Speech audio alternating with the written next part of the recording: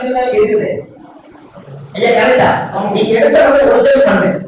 இங்க பிரபஞ்சத்துடைய சக்தி எங்க அதிகமா காட்சி கொடுக்குதோ அதனுடைய பவர் வைப்ரேஷன் பக்கத்துல தான் ஒரிஜினலா மண்ண சாமியோட பாதியை எடுக்கிறீங்க.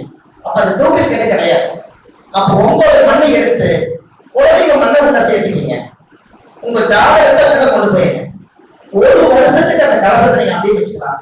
தேங்காய் மட்டும் மாத்திட்டு டெய்லி நீங்க ஒரு பூஜை ரூபையோ நீங்க செய்யற தொழிலையோ ஏதோ ஒன்று வச்சிருங்க. இதை நவகலச பூஜை அப்படின்னு வச்சிருங்க.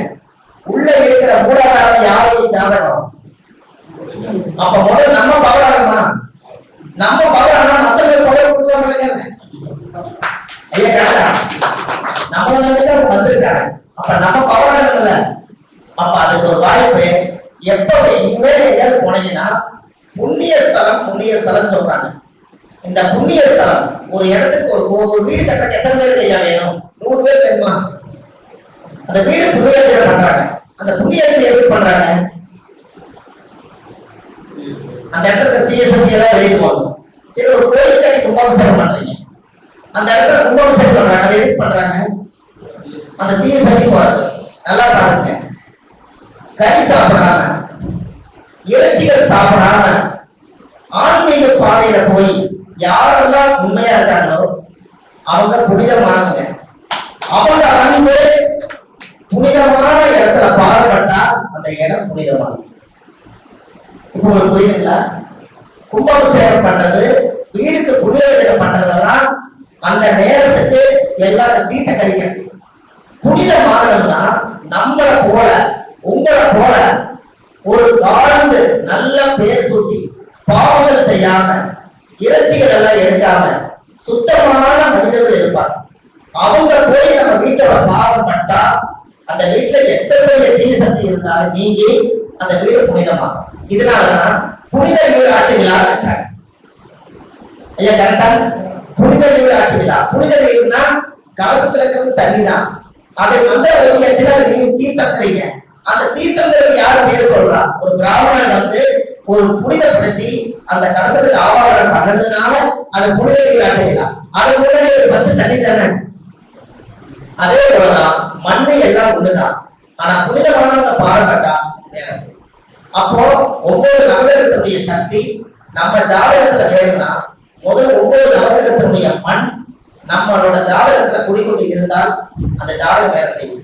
இப்ப நாங்க பாத்தீங்கன்னா உங்களுக்கு ஒரு ரகசியத்தை சொல்லித்தரேன். இப்ப நாங்க பூஜை பரிகாரம் யாரெல்லாம் நிறைய பண்ணுவோம். முதல்ல ஒரு வெள்ளி தகுதி வாங்கி என்ற ஜாதகத்தை கட்டங்கன்னு எழுதி அதுல ராசி கட்டம் போட்டு இப்ப நடக்கிற திசாபுத்தி வரைக்கும் எழுதி நாங்க பூஜை கூட வச்சிடறோம். எல்லா சாமிக்கும் மந்திரம் சொல்லுவோம். அப்படி சொன்ன மாதிரி இந்த மந்திர ஒளிகள்லாம் அந்த சக்கரத்துக்கு போய் பவனேறுமா? அது மூலியமா அந்த சக்கரம் வேலை செய்யல. அது வந்து மிகப்பெரிய மாற்றம் ஏற்படும். நீங்க எல்லாருமே இயக்கலாம் ஐயா. இயக்கணைக்கு தான் வேலை செய்யும்.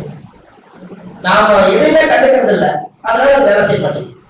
பணம் வந்து வீட்டுல தங்கணும்னா பணம்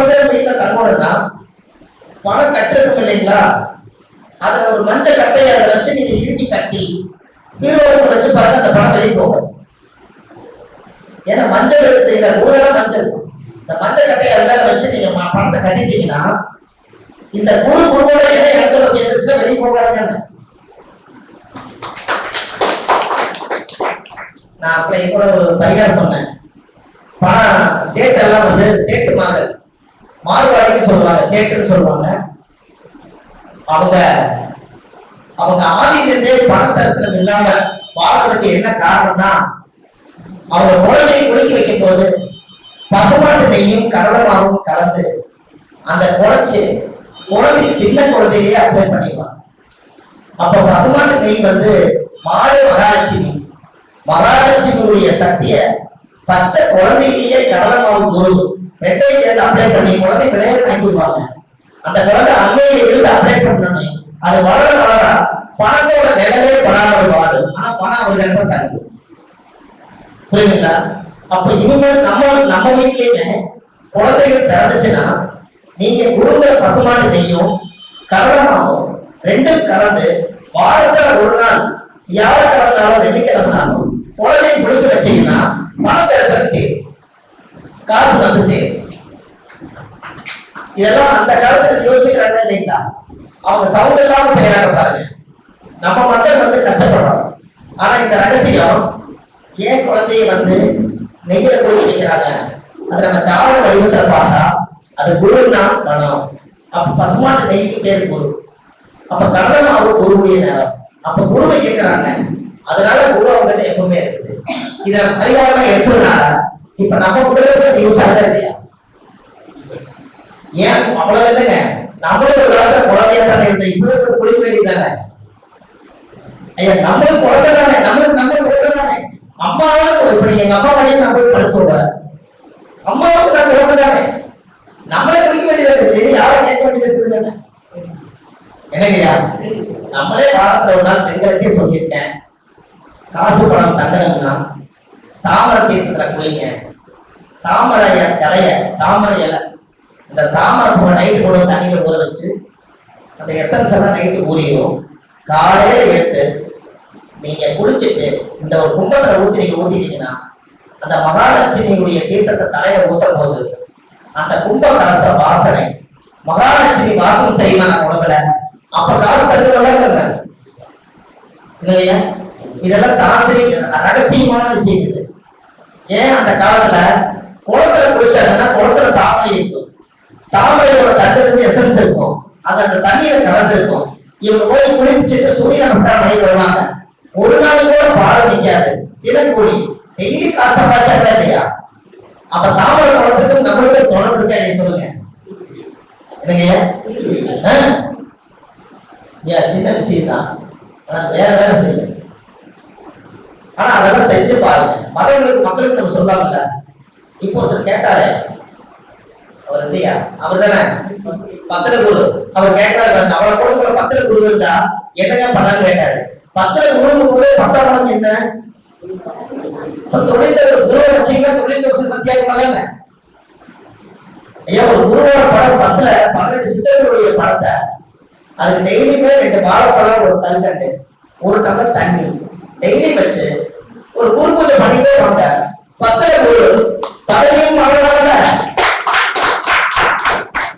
என்னங்க ஐயா? அவர் கேட்டாரு அந்த அவசரத்துல கூட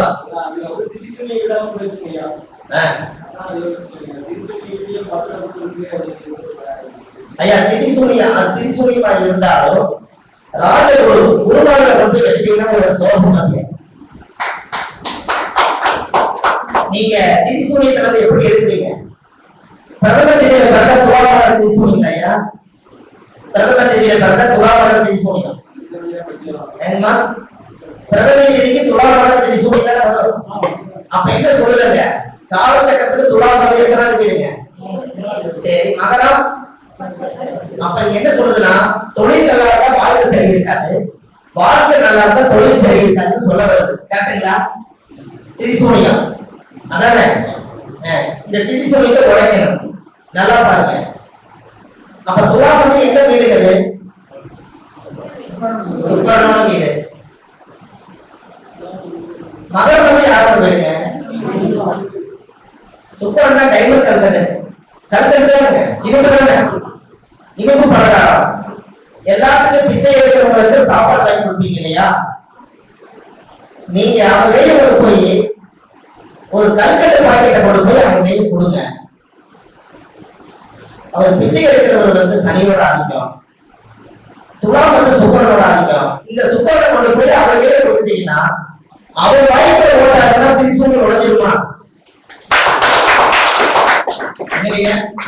அவருக்கு யாராவது சூரியன் வாங்கி கொடுத்துக்கிறாங்க. இப்ப ஐயாவுக்கு கூட இவ்வளவு வேண்டாம் வேண்டாம் கேக் வெட்டி நிற்கிறாங்க. ஆனா அவர் ஒரு சூரியன் சாப்பிட்டு பார்த்து நினைக்கிறீங்களா? என்னங்கய்யா, ஒரு கடையில் என்ன கூட டீ வாங்கி கொடுக்கறதா கேட்பாரு. ஒரு ஸ்வீட் வாங்கி கொடுக்கறது பிச்சைக்காரர் கேட்பாரா? கேட்க மாட்டாரு. ஆனா யாரும் நம்ம ஸ்வீட் வாங்கி கொடுத்துக்கிறோமா? இல்ல. அப்போ இந்த இடத்துல சுக்கரனை கொண்டுட்டு போய் சனி பகவான் கிட்ட ஒப்படைச்சிட்டீங்கன்னா இந்த துலாபார திரிசூனி உடஞ்சிருமாங்க. இல்லையா? சனிக்கிழமை அன்னைக்கு சக்கரை தண்ணியில குளிக்க சொல்றாங்க. துலாபார பிரதம தேதியில யாராவது பிறந்தா சர்க்கரையை உள்ள கொட்டி சக்கரை தீர்த்தத்துல குளிக்க சொல்றாங்க. அதனால சக்கரை தாழ்வா சக்கரை தீர்த்தம் சர்க்கரை எதுவும் போடுங்க ஐயா. நாடு சக்கரை வராது. என்ன காரணம் கேளுங்க. பனை மரத்திலிருந்து வரதான் நாடு சக்கரை. அது அனுசரிக்கிறது தானே. அனுசரித்தான பனை மரம். பனங்கருப்பட்டி பனை சக்கரை வந்து அது வெற்றி வெட்டி தானே வருது. இது சுத்தம் வந்து வெள்ளை நிறமாச்சனால அஸ்கர் சக்கரை தான் வருது.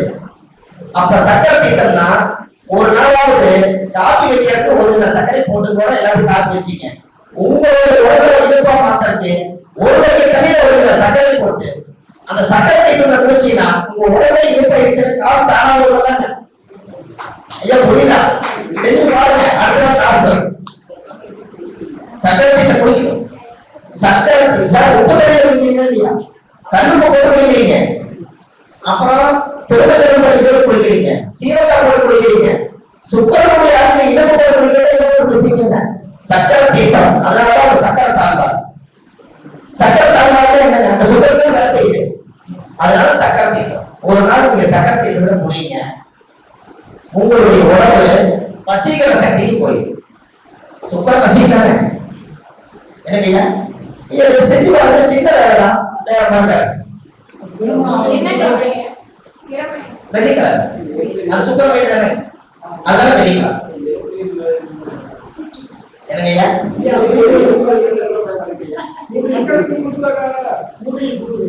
மூடி உங்க வீட்டுல யாரும் ஒருத்தர் தத்து பிள்ளையா இருக்காங்கன்னு பாருங்க. தத்து கொடுத்து சாமி தத்து கொடுத்து யாரும் இருக்காங்கன்னு பாருங்க. மூணு இருந்தா அது இன்னொரு வீட்டுல வளர்ந்த குழந்தையான்னு பாருங்க. அப்படி இல்லைன்னா சாமி தத்து கொடுத்து பார்ப்போம். மூணாம் மடம் மாற்றமா ஐயா? மூணாம் மடம் மாற்றமா? மூணாம் மடம் மாற்றம். குரு இருந்தா குழந்தை மாற்றி வாங்கணும்ல. அதே மூணு குரு கரெக்ட் தானே? இப்படி நீங்க பாத்துட்டீங்களா? இந்த மூணு குரு இருந்தா அடுத்த வீட்டுல போய் கலந்து போய் பால் குடிச்சிட்டு இந்த வீட்டுக்கு வந்துடும். சின்ன குழந்தையில அந்த வீட்டுல முதல்ல ஆசை இருக்கும். இது புதுசு புதுசு பழைய குழந்தை நடந்துட்டு அது வீட்டுக்கு போயிருந்தேன். அந்த உடனே பாலை வருடை தர கொடுத்துருப்பாங்க. அதனால அதுக்கு மாற்றுத்தாய் வளர்த்த குழந்தைன்னு சொல்லுவாங்க. மூணு குரு தான். எந்த காலத்துல எடுத்தீங்கனாலும் ஒரு விஷயத்தை பாருங்க. குழந்தைன்னு சொன்னதுனால குழந்தை எத்தனை